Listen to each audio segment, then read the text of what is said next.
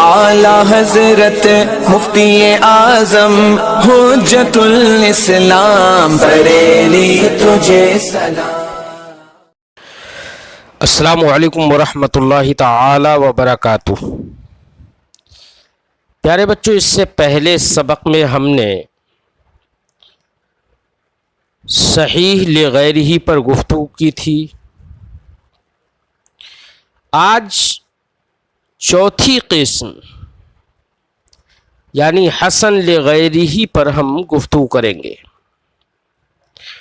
حسن لغیرہ کی تعریف کیا ہے، حسن لغیرہ کو حسن لغیرہ کیوں کہتے ہیں، حسن لغیرہ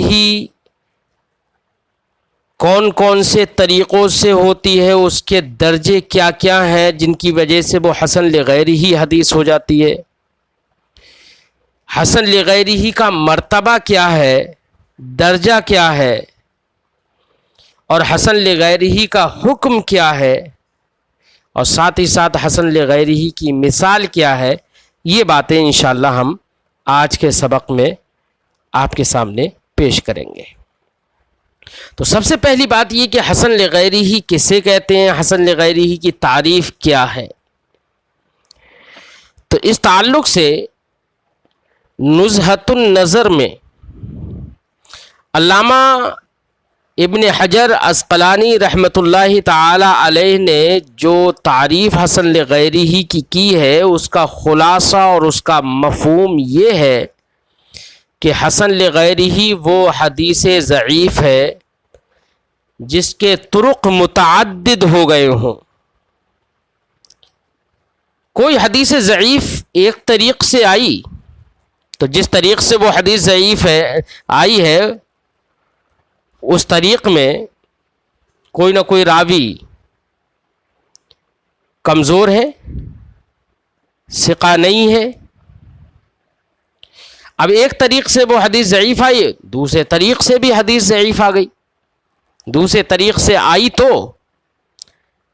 لیکن اس میں بھی کوئی نہ کوئی راوی ضعیف ہے، غیر ثقہ ہے، ضبط رکھنے والا نہیں ہے، یا دوسرے کسی ایک طریق سے آئے یا متعدد طرق سے آ جائے، لیکن سارے طرق ایسے ہوں کہ ہر طریق میں کوئی نہ کوئی راوی غیر ضابط ہو، ضبط نہ رکھتا ہو، تو ایسی صورت میں یہ حدیث ضعیف جس کے طرق متعدد ہو گئے لیکن ہر طریق ضعیف ہے، تو اسی کو حسن لغیرہ کہیں گے۔ لیکن جو متعدد طرق سے آئی ہے اور ہر طریق ضعیف ہے، وہاں پر ضعف کا سبب راوی کا فسق اور اس کا کذب نہ ہو۔ راوی کا فسق یا کذب ہو گیا تو وہ حدیث حسن لغیرہ ہی نہیں ہوگی، پھر وہ اس سے درجے میں کم ہو جائے گی اور گر جائے گی۔ تو خلاصہ تعریف یہ ہوا کہ ایک حدیث ضعیف متعدد طرق سے آ جائے اور وہ سارے طریق ضعیف ہوں، ان میں کوئی نہ کوئی راوی ضعیف ہو، تو اس حدیث ضعیف کا متعدد طرق سے آنے کی بنا پر متعدد طرق سے کے ذریعے سے اس کے اندر کچھ قوت پیدا ہو جائے گی۔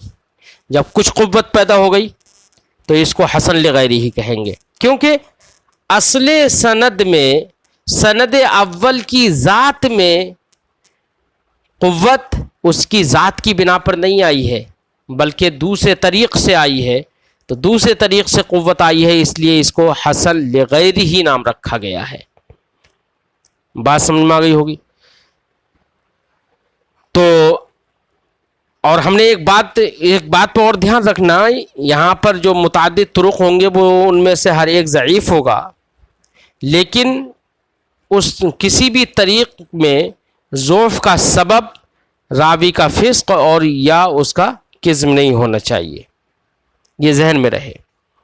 لہذا اس تعریف سے جو ہم نے تعریف ذکر کی ہے، یا اسی کو ہم عربی میں ذکر کریں تو کہیں گے الحسن لغیرہ هو الضعیف اذا تعددت طرقه ولم یکن سبب ضعفہ فسق الراوی اور کذبہ. یہ تعریف ہم نے جو ذکر کی ہے، اس تعریف سے یہ بات مستفاد ہوتی ہے، یہ بات سمجھ میں آ جاتی ہے کہ ایک حدیث ضعیف حسن لغیرہ کے درجے کو جو پہنچتی ہے اس کے دو سبب ہوتے ہیں اور اس کے دو امر ہوتے ہیں. دو امروں کی وجہ سے حدیث ضعیف درجہ حسن لغیرہ کو پہنچ جاتی ہے. ایک امر تو یہ ہے کہ اس حدیث ضعیف کی روایت طریق آخر سے بھی ہو گئی ہو. اب وہ طریق آخر چاہے ایک ہو یا دیگر طرق ہوں، بہت سارے طرق ہوں، تو متعدد طرق سے اس حدیث کی روایت ہو گئی ہو. بس شرط یہ ہے کہ جن متعدد طرق سے یا طرق اخر سے اس کی روایت ہوئی ہے وہ طرق اخر اسی طریق اول کی طرح یا اس سے اقوی ہوں. تو اگر متعدد طرق سے روایت ہو گئی اور وہ طرق اس طریق اول یا سند اول جو ہم نے ذکر کی اس سے اقوی ہے، تب بھی یہ حدیث ضعیف حسن لغیرہ ہو جائے گی. اور دوسرا امر جس کی وجہ سے یہ حسن لغیرہ کے درجے کو پہنچ جاتی ہے حدیث ضعیف، وہ یہ ہے دوسرا امر کہ حدیث کے ضعف کا سبب راوی کا سوء حفظ ہو یا سند میں انقطاع کا واقع ہونا ہو یا رجال میں جہالت ہو، یہ کوئی نہ کوئی سبب ہو، راوی کا کذب یا راوی کا فسق نہ ہو. اگر ایسی کوئی حدیث ضعیف ہے اور حدیث کے ضعف کا سبب یہ ہے کہ راوی اس کا کوئی نہ کوئی راوی سوء حفظ سے میں مبتلا ہے یا کہیں نہ کہیں سند منقطع ہو رہی ہے یا اس کے رجال میں سے کسی کے اندر جہالت ہے، نامعلوم ہے، اس کے احوال معلوم نہیں ہے، اس بنا پر حدیث ضعیف ہو، حدیث کے ضعف کا سبب یہ ہو، تب متعدد طرق سے روایت ہونے کی بنا پر وہ حدیث درجہ حسن لغیرہ کو پہنچ جائے گی. اور اگر حدیث کے ضعف کا سبب راوی کا کذب یا راوی کا فسق ہو تو اگر متعدد طرق سے بھی وہ حدیث آ جائے اور وہ دیگر متعدد طرق بھی اسی کی طرح ضعیف ہوں، تب بھی یہ حدیث حسن لغیرہ کو نہیں پہنچے گی. اب حسن لغیرہ کو حسن لغیرہ نام کیوں رکھا اس کی وجہ آپ کے سمجھ میں آ گئی ہوگی. کیوں؟ اس لیے کہ حسن جو اس حدیث میں آیا ہے وہ سند اول کی نفس ذات کی بنا پر نہیں آیا، وہ تو غیر کو ملانے کی وجہ سے، انضمام غیر کی وجہ سے حسن آیا ہے، یعنی متعدد طرق سے مروی ہو جانے کی وجہ سے اس کے اندر حسن آیا. تو غیر کی وجہ سے اسم کے اندر حسن آیا ہے، اس لیے اس کو حسن لغیرہ نام رکھا گیا. تو حسن لغیرہ کی صورت اور اس کو سمجھنے کے لیے بس اتنا سمجھ لیجئے کہ ایک حسن لغیرہ وہ حدیث ہوگی کہ ایک حدیث ضعیف ہے پلس وہی حدیث دوسرے طریق سے آ جائے اور وہ بھی ضعیف ہو، تو ضعیف پلس ضعیف یہ حسن لغیرہ بن جائے گی. سمجھ میں بات آ گئی ہوگی شاید. حسن لغیرہ کا مرتبہ کیا ہے؟ تو حسن لغیرہ کا مرتبہ یہ ہے کہ وہ حسن لذاتہ سے درجے میں کم ہوتی ہے. اس سے حسن لذاتہ سے درجے میں کم ہوتی ہے، اور جب درجے میں کم ہوتی ہے تو اسی پر بنا کرتے ہوئے یہ کہا جاتا ہے کہ اگر کسی جگہ پر حسن لذاتہ اور حسن لغیرہ آپس میں متعارض ہو جائیں تو اب ایسی صورت میں حسن لذاتہ کو مقدم کیا جائے گا، اس کو ترجیح دی جائے گی. یہ اس کا مرتبہ ہوا، اس کا درجہ ہوا حسن لغیرہ کا۔ حسن لغیرہ کا حکم کیا ہے؟ کیا اس سے احتجاج کرنا صحیح ہے یا نہیں ہے؟ تو یاد رہے حسن لغیرہ بھی احادیث مقبولہ سے ہے، اور جب احادیث مقبولہ سے ہے تو اس سے احتجاج صحیح ہوگا، لائق احتجاج ہوگی۔ اس سے احتجاج ہمارے علماء نے، فقہا نے کیا بھی ہے۔ تو حسن لغیرہ کا حکم یہ ہے کہ وہ مقبول ہے اور اس سے احتجاج صحیح ہے، استدلال کرنا اس سے صحیح ہے۔ اس کی مثال کیا ہوگی حسن لغیرہ کی؟ اس کی مثال وہ حدیث ہوگی جس کی روایت امام ترمذی علیہ رحمت و رضوان نے ابواب النکاح باب ما جاء فی مہور النساء میں کی ہے۔ کیا ہے وہ حدیث جس کی تخریج امام ترمذی رحمۃ اللہ تعالی علیہ نے کی، جس کی روایت امام ترمذی نے کی ہے، اور اس کی روایت کرنے کے بعد امام ترمذی نے فرمایا کہ یہ حدیث حسن ہے۔ حسن سے مراد ان کی حسن لغیرہ۔ اب جو جن غیر کی بنا پر اس کے اندر حسن آیا، وہ طریق بھی، وہ متعدد طرق بھی امام ترمذی نے ذکر کیے ہیں اور اس کو حسن کہا۔ کون سی روایت ہے وہ روایت ہے امام ترمذی نے روایت کی ہے اور اس کو حسن قرار دیا ہے، وہ ہے شعبہ کے طریق سے روایت۔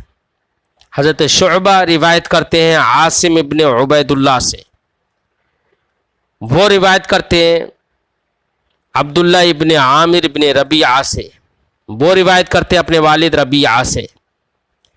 کیا ہے؟ تو ہم سند پیش کر دیں۔ روت ترمذی من طریق شعبہ عن عاصم ابن عبید اللہ عن عبداللہ ابن عامر ابن ربیعہ عن ابیہ ان امرأة من بنی فزارہ تزوجت على نعلین فقال رسول اللہ صلی اللہ تعالی علیہ وسلم رضیت من نفسک ومالک بنعلین قالت نعم قال فأجاز۔ اس حدیث پاک میں آپ نے سند بھی ذکر سن لی۔ حدیث پاک ہے کہ حضرت عبداللہ ابن عامر ابن ربیعہ اپنے والد حضرت ربیعہ سے روایت کرتے ہیں کہ ایک عورت جو قبیلہ بنی فزارہ کی تھی، وہ عورت اس عورت نے نعلین پر، دو جوتیوں پر نکاح کر لیا اور انہی کو مہر بنا لیا، دو جوتیوں کو۔ تو رسول اللہ صلی اللہ علیہ وسلم نے فرمایا ارضیت من نفسک ومالک بنعلین، کیا تم اس بات پر، تم اپنے آپ پر خوش ہو اور نعلین یہ تمہارا حق کے مہر بن رہا ہے، اس مال پر تم خوش ہو؟ قالت، تو وہ عورت بولی نعم، ہاں میں خوش ہوں۔ قال، تو سرکار دو عالم صلی اللہ علیہ وسلم نے فرمایا فاجازا، یا یہ کہ قال رابی نے فرمایا فاجازا، تو سرکار نے اجازت دے دی کہ ہاں تم نکاح کر لو، تمہارا نکاح جائز ہے۔ یہ اب یہاں پر مذاہب کیا ہیں، مسئلہ کیا ہے، اس پر ہم ابھی گفتگو نہیں کریں گے۔ ہم یہ دیکھیں گے کہ یہ حدیث پاک جو ہے یہ حدیث ضعیف ہے، اور امام ترمذی نے اس حدیث کو نقل کرنے کے بعد فرمایا وفی الباب عن عمر وابی ہریرہ وسہل بن سعد وابی سعید وانس وعائشہ وجابر وابی حدرد الاسلمی، یعنی اتنے لوگوں سے امام ترمذی نے فرمایا کہ اس باب میں اتنے لوگوں سے اس طرح کی حدیث مروی ہیں۔